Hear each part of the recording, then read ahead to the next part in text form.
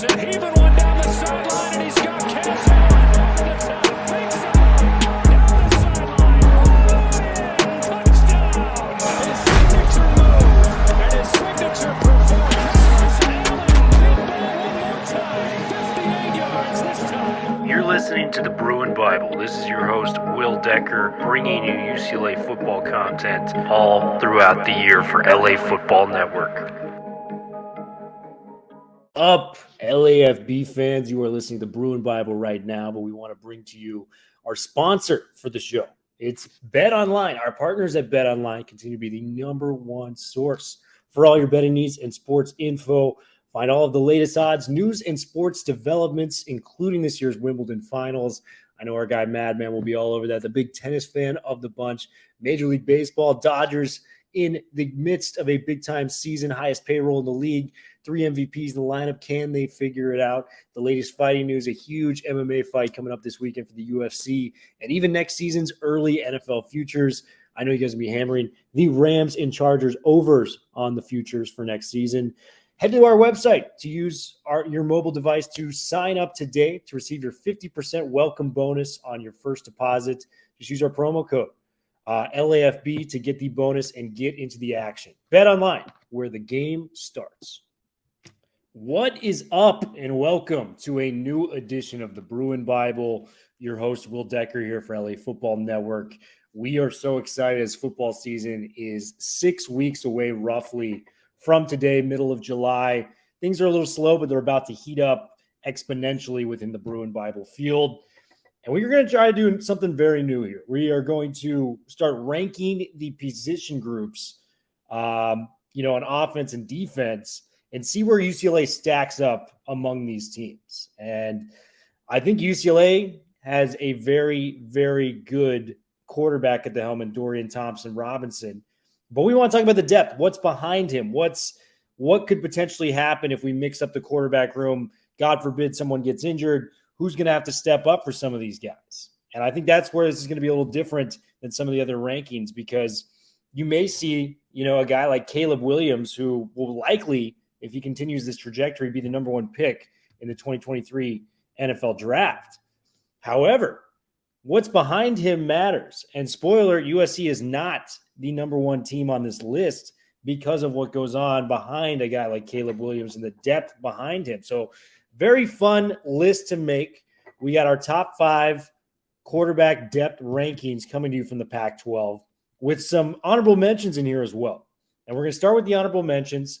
3 teams were kind of in that running for that 5th spot. Unfortunately, we're kind of left off the table. And we start with Washington. Washington, they got a transfer quarterback in Michael Penix Jr., formerly of Indiana, played some Big Ten football, played in some big games. A guy that, was solid enough to make Indiana a team that went to the Outback Bowl in 2020, guy then to a 6-2 record. He's going to be competing with the likes of Dylan Morris and Sam Heward for the starting quarterback spot. But what I'm not crazy about with Penix Jr., 29 touchdowns, 15 interceptions. This was a guy that was a game manager at best at Indiana. And I say this because they had very strong running games behind him. When you look at accuracy and how he was downfield, intermediate throws, different, accuracy grades, he graded among the worst of the starting of the Power 5 schools.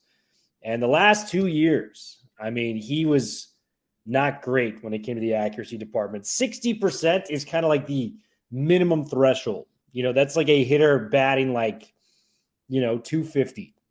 It's not great, but like that's the standard it needs to be, 60% and up. Last year he threw for 53.7%. Not ideal. And I know it was limited time. He played 4 or 5 games. He got injured. He eventually opted to transfer from Indiana, but 53% is miserable. And this is over a 5-game sample size. And then even the year before, 2020, I think that was kind of his coming out party in college football as being a name that you somewhat know about.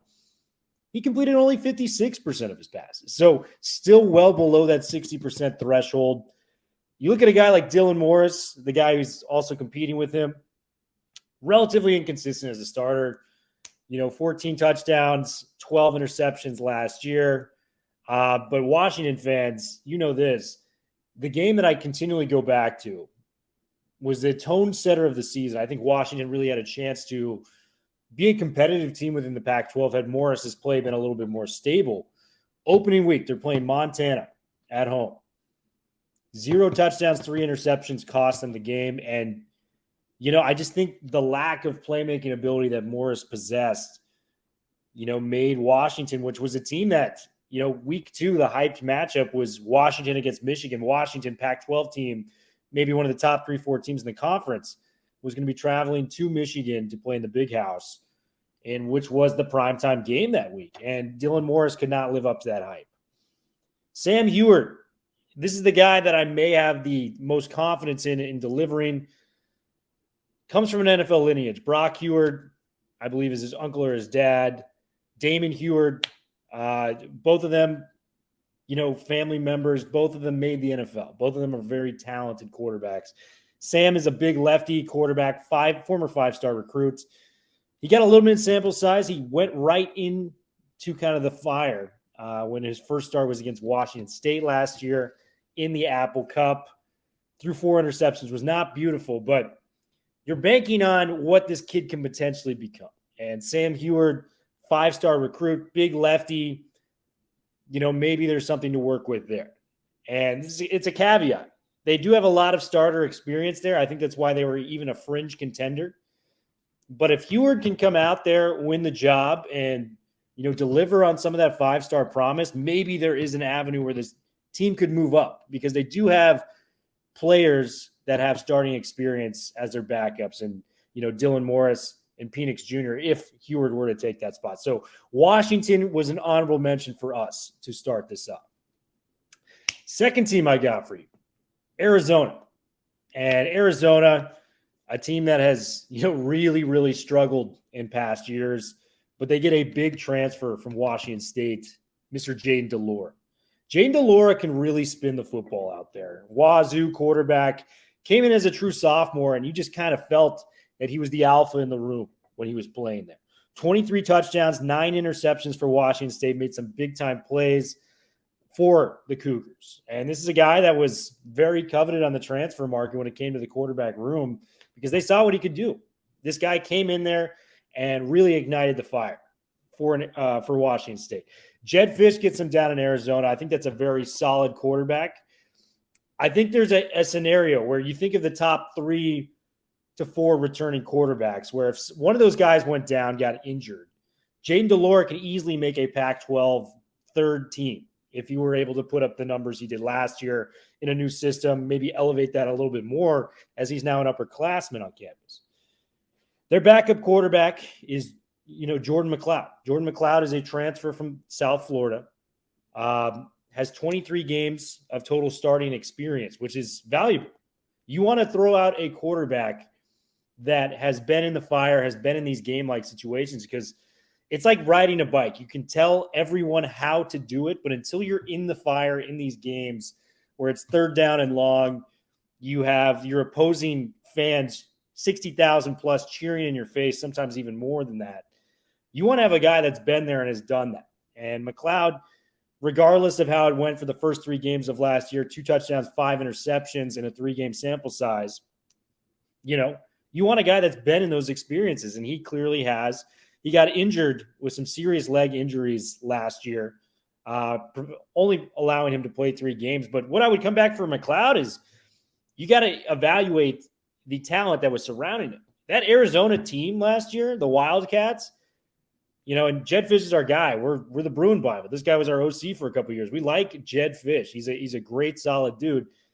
That team was referred to as one of the worst teams, not only in the last decade of the Pac-12, but maybe ever. I mean, the running joke was Arizona Community College. This is what this team was on paper last year. They were getting blown out, 1 win all year. It just was not a team that really put any type of fear into any opponent. So 2 touchdowns, 5 interceptions, yeah, but are we accounting for what the offensive line was for Jordan McLeod? Are we accounting for what the receiver room was like for Jordan McLeod? So I think on that standpoint, they're a little bit underrated coming in. Do they crack the top 5? No, but having two guys with, close to 20 games of total starting experience between the both of them, that's very, very valuable. And I think they at least deserve an honorable mention spot, especially with Delora coming through, a guy that, could be lighting up the Pac-12 for the next few years.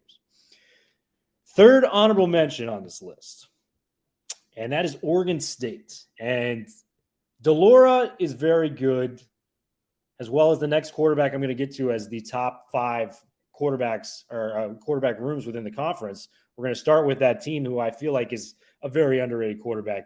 But Chance Nolan always struck me last year as somebody that was just really underrated. 19 touchdowns, 10 interceptions, and completed 64% of his passes on 318 completions. Underrated runner, too, ran for close to 300 yards, got Oregon State back into bowl game picture. And by the way, he's returning a lot of talent in the receiving room, such as Trayshawn Harris, Tyjon Lindsey, veteran players that have established themselves for Oregon State. So there's a case where Chance Nolan, 19 touchdowns, 10 picks last year, he can get to the, mid to high 20s in the touchdown room through the air next year. I really believe in Chance Nolan. I think he's a very solid quarterback. He's not a star, but he's a guy that if you're rolling him out there, you feel comfortable with him under center. And I think Chance Nolan is a guy that is going to take a lot of people by surprise in the Pac-12, and he could potentially guide them back to a 7, 8, 9 win campaign if everything goes right, because he took them to that bowl game last year. The Pac-12 North, very weak this year. Cal is not great. Washington's rebuilding. Washington State is a far cry from what they were under Mike Leach. Oregon, I mean, they've got a new coach coming in Dan Lanning. We don't know how that's going to pan out. So I think Chance Nolan, Oregon State might be the most powerful offense in the Pac-12 North, and I got to put Chance Nolan as a credit to that. Now, behind Nolan, they've got Tristan Gebbia, who started a few games at Nebraska, eventually transferred to Oregon State. Gebbia hasn't played in the last 21 months due to serious injuries for him. So he's still a lot of a wild card. Ben Golberson, the backup last year, only took 9 pass attempts. He was 6 of 9 through the air for a TD. But knowing that Gebbia still has some starting experience behind a guy like Chance Nolan, I'm going to put them as the 6th best team and the closest team I was to putting a quarterback room, as well as Arizona, in that top 5. So those are the honorable mentions. Washington, Arizona, Oregon State were teams that just missed the cut in terms of quarterback depth and quarterback room. Now I start you off at number 5, and this could surprise some people. I think the first 2 names on this list will surprise some people. We'll see how the rest of this list does transpire. But number 5 is Stanford, and it all comes down to a guy named Tanner McKee. And Tanner McKee, some people are very, very high on this guy. And I bring some PFF stats to the table to prove how valuable he was for Stanford last year, a team that went 3-9. First off, the first PFF stat I've got for Tanner McKee, he led all Pac-12 QBs in QBR last year on intermediate throws. Those, 5 to 10 yard completion range, he was very good on that. And you look at the tape, and Tanner McKee, there's some NFL quality throws there. I go back to the USC game in the end zone last year. I think it was the second quarter. Fires an absolute dart to the end zone where maybe 2 or 3 guys in this conference could make that throw. Tanner McKee makes that. Big physical quarterback, 6'6", 15 touchdowns, 7 interceptions last year for a relatively bad Stanford team under David Shaw. I'm banking on him to be good because of that first PFF stat I shared. And then the second PFF stat I've got for you is he threw an accurate pass. This is a stat that PFF made up, but they do their research for the most part. It's not the Bible or anything like that. You don't have to follow it, 100% to a T, but they relatively know what they're talking about. He, according to PFF, threw an accurate pass on 61.5% of his throws last season, which led the Pac-12 again. So Tanner McKee is accurate. He's big. He can make NFL throws. And a lot of people think he's going to take a leap next year. And going back to PFF, Mike Renner believed this in June of this year. He goes, there's 2 quarterbacks at the top of the next year's NFL draft, and that is C.J. Stroud and Bryce Young, however you want to match that. They went as far as saying number 3 is Tanner McKee. Number 3 quarterback in next year's draft is Tanner McKee. So McKee is a guy that I feel like can elevate Stanford back to a bowl game if he's as good as advertised for next season. Behind him, not a lot of talent. And, Jack West, a former highly recruited quarterback who left the throes of Alabama, SEC country, to come to Stanford to play quarterback. 86 career attempts, 0 touchdowns, 3 interceptions. Has not been the guy they wanted coming out to the farm for Stanford. And then after him is Ari Patu, 15 career pass attempts. Not ideal. So the backup situation is a little chaotic, to say the least. But this Tanner McKee hype, I couldn't ignore it. I've got to put Stanford at number 5 on this list. Number 4, and this is controversial for a lot of people. This might be my most controversial take on the podcast, but I have Oregon, believe it or not, at number 4. And I know people are going to be like, Bo Nix is coming to Oregon. Will, this guy was kind of a bum and, at Auburn at the end, didn't really put up a lot of great years. And there's a lot to be said there. He completed over 60% of his passes only 1 year at Auburn as the starting guy. My take on Bo Nix and the quarterback depth for Oregon goes a little like this. Bo Nix has serious starting experience. And unlike Michael Penix, a guy I can compare him to because of the completion percentages, is Bo Nix playing the SEC West. SEC West is the best conference, subset of a conference.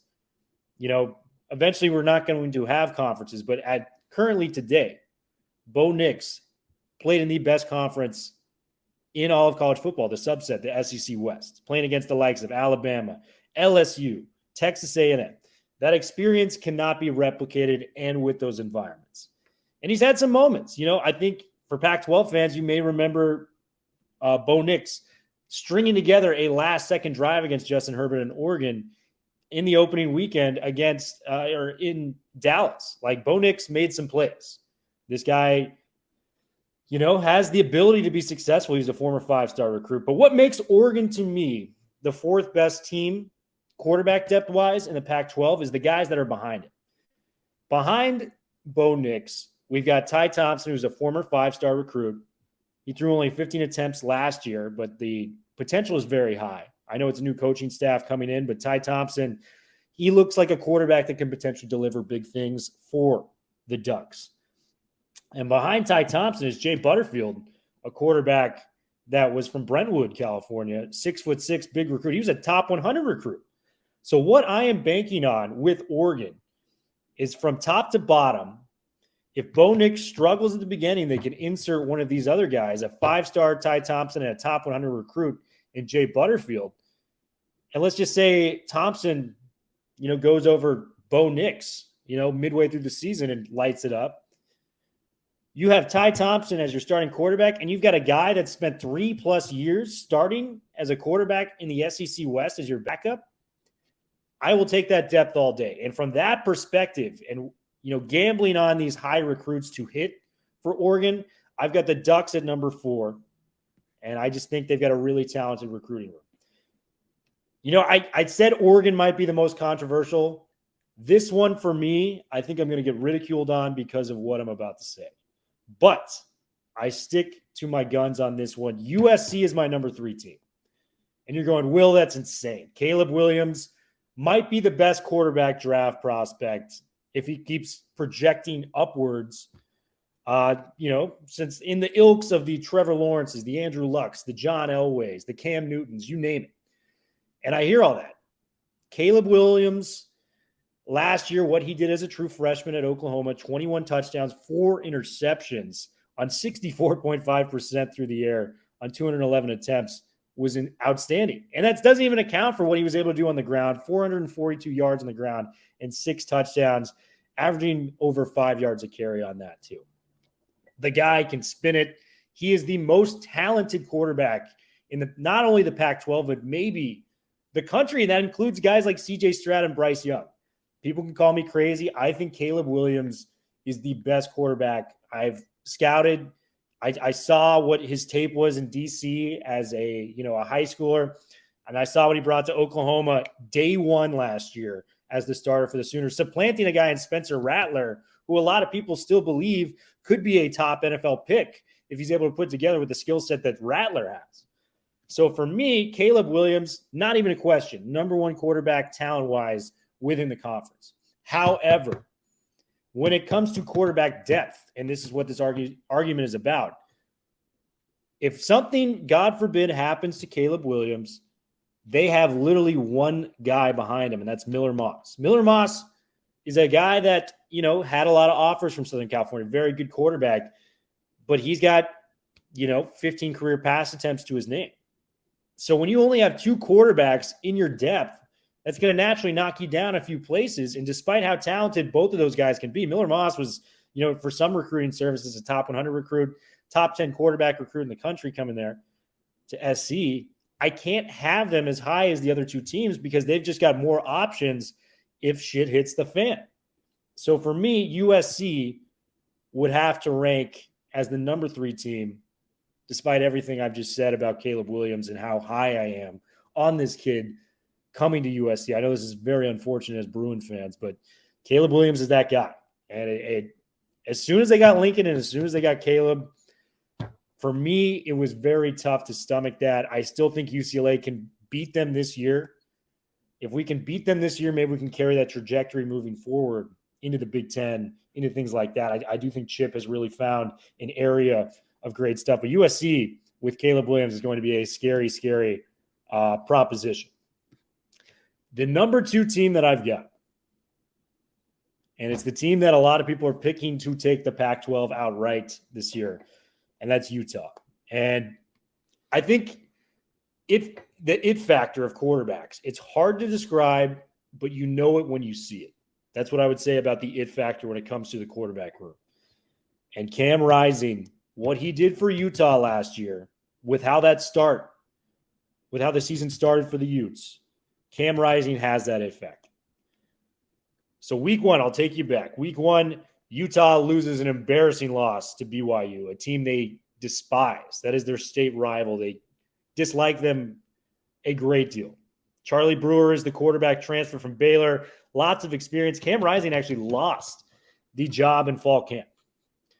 Brewer comes out again the next week against San Diego State, lays a dud. This is a team that's not even a Power 5 school, San Diego State. They insert Cam Rising. They're down big on the road at San Diego State.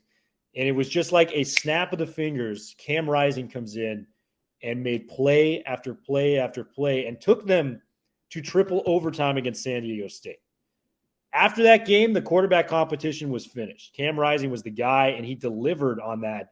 Final 10 games of the season within Pac-12 play went 9-1 over that span, throwing for 20 touchdowns to only 5 interceptions, completing 64% of his throws. Cam Rising ignited the fire for the Utah Utes in a way that we haven't seen in a long time in Pac-12 plays. Probably since Sam Darnold, if we're being honest, what Cam Rising did for Utah. And when people call him just a great passer, this guy had nearly 500 yards rushing on 74 attempts last year. That's 6.7 yards a carry, as well as 6 touchdowns. So Cam Rising, if all went well, and maybe if he's healthy to end that Rose Bowl game, he got injured on one of the drives in the second half. It ultimately cost them the game, potentially, with Ohio State coming out and winning in the final seconds on a game-winning field goal.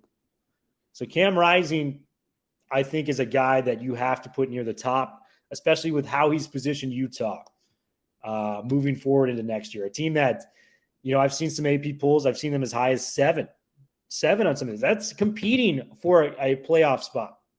Cam Rising has to be there. And the guy's backing him up, by the way. This is a QB depth chart argument. When I look at backup quarterbacks, I look for the situation they played in.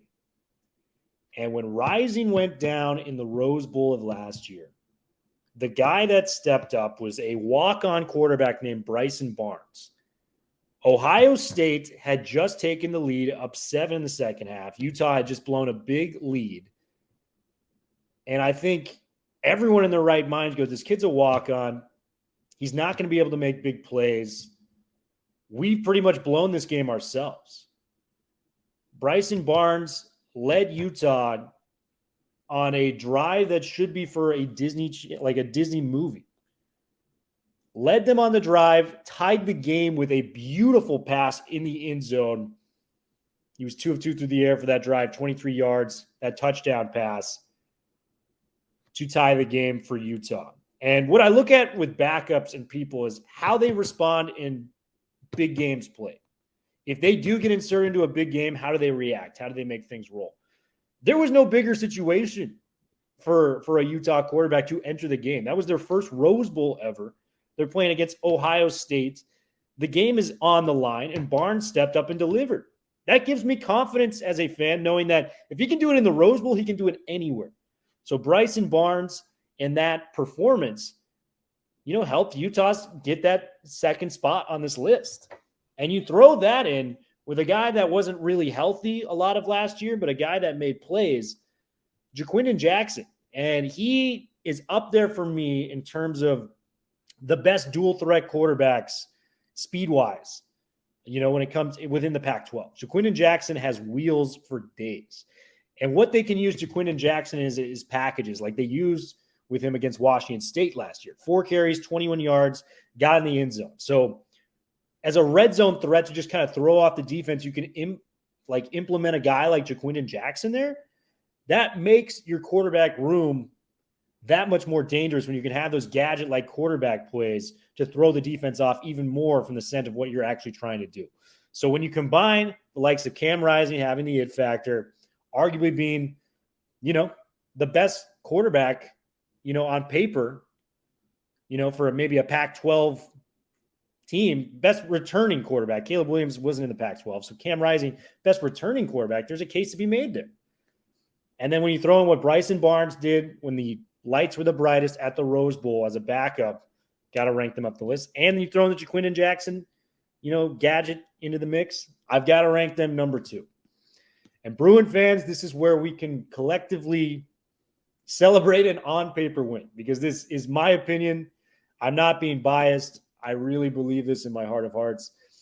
I think UCLA from top to bottom, we may not have the best individual quarterback, even though there's a case to be made about that, has the best quarterback room within the Pac-12. And it starts with our guy DTR. He's coming into his 5th year of starting experience. He was PFF's highest graded quarterback within the Pac-12 last year. And just to kind of rattle off some stats for what Dorian Thompson-Robinson was able to do, he led UCLA to the highest scoring offense within the Pac-12. Individual rankings, he led the conference in total touchdowns, was first in adjusted passing yards, and second in total yards as a quarterback. And yes, he did improve the turnover ratio from last year. 21 touchdowns, 6 interceptions. He was great. But where he really turned a corner was he started to gain intelligence as a runner and what that does to the defense moving forward. 609 yards on the ground as a quarterback for UCLA, led all quarterbacks in running last year, and he got 9 touchdowns on the ground, combining for 30 total touchdowns. This is his 5th year entering a Chip Kelly offense. Dorian Thompson-Robinson is as comparable as a starter as you can find. If you want to argue straight up if he's better than Cam Rising and Caleb Williams, that's a separate argument. But I think Dorian Thompson-Robinson is among that top 3, in terms of making plays in the college football world. So Dorian Thompson-Robinson is your starter coming in there. Ethan Garbers, we just talked about what Bryson Barnes did coming in for Utah in the Rose Bowl game. Bryson Barnes performed as solidly in one of the more hostile environments on the road against a great team against Utah. And 27 of 44 through the air, 265 yards, 2 touchdowns and an interception. You go, Will, hey, UCLA lost a blowout to, Utah on the road. We did not lose that game because of Ethan Garbers. We lost that game because our defense was miserable, to say the least. We allowed 290 yards on the ground and 5 touchdowns, with 3 backs going for over 60-plus yards, including Tavion Thomas, who was well above the 150 threshold. So if you're going to allow that run game where you can essentially do whatever you want on the ground, it doesn't matter how good of a quarterback you have in the college football ranks. You got to score every time you touch the ball, and that's nearly what Utah was doing. Yes, I know you want to say Garbers, threw the interception against Oregon in the Rose Bowl. He drove us down the field and he made plays to get us potentially in a position to either tie the game or win it against Oregon at home. So, I mean, that was Oregon at that time was the top team within the conference at that very moment. Obviously, Utah supplanted them moving forward. But for Garbers to even make plays like that fresh off the bench, I thought that was very impressive, including 2 big third down conversions. So you have Garbers there. Then you got Chase Griffin. We didn't see him last year, but he has 3 starts to his name, 6 touchdowns, 2 interceptions in that 3-game sample size. He's more than comparable as a quarterback coming off the bench. And what strengthens the argument even more, and, I'm projecting once again, Justin Martin, the highly recruited 4-star quarterback coming to UCLA next year. Everything I heard in terms of spring practice was this guy has a chance to be the backup outright right now. So if Justin Martin on paper can supplant a guy like Garbers and Griffin, and those guys have starting experience, successful starting experience at that, with a guy like DTR, who's the most experienced quarterback within the Pac-12, UCLA is sitting pretty at the quarterback position. And Chip Kelly, we've argued about the defense for years. The quarterback room is looking good moving forward with Justin Martin, maybe being the guy to supplant, Dorian Thompson-Robinson, Garbers being the guy maybe to supplant a DTR, Chase Griffin in the mix there. UCLA's quarterback room is top-notch, and it's going to show, I think, on paper when we go to fall practice and things like that. So the Bruins, this is an on-paper win that we can potentially celebrate. Those are my quarterback depth rankings. I encourage arguments all around. So please, in the comments, make sure you do that. Stay tuned for our position rankings around the league and where UCLA ranks among those moving forward. Bruin Bible, we are officially